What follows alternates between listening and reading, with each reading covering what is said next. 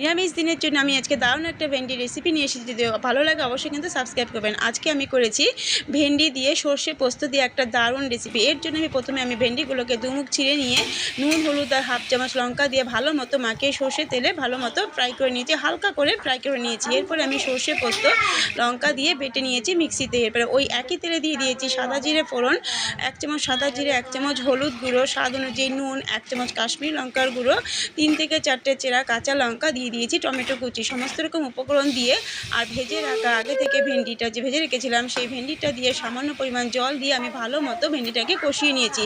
কষানোর পরে যখন তেল বেরিয়ে এসেছে ভেন্ডি থেকে, তখন আমি দিয়ে দিয়েছি আগে থেকে বেটে রাখা সর্ষে আর পোস্ত। সর্ষে পোস্ত দিয়ে আমি সামান্য পরিমাণ জল দিয়ে আমি ভেন্ডিটাকে আরও 3 থেকে 4 মিনিট লো ফ্লেমে রান্না করে নিয়েছি।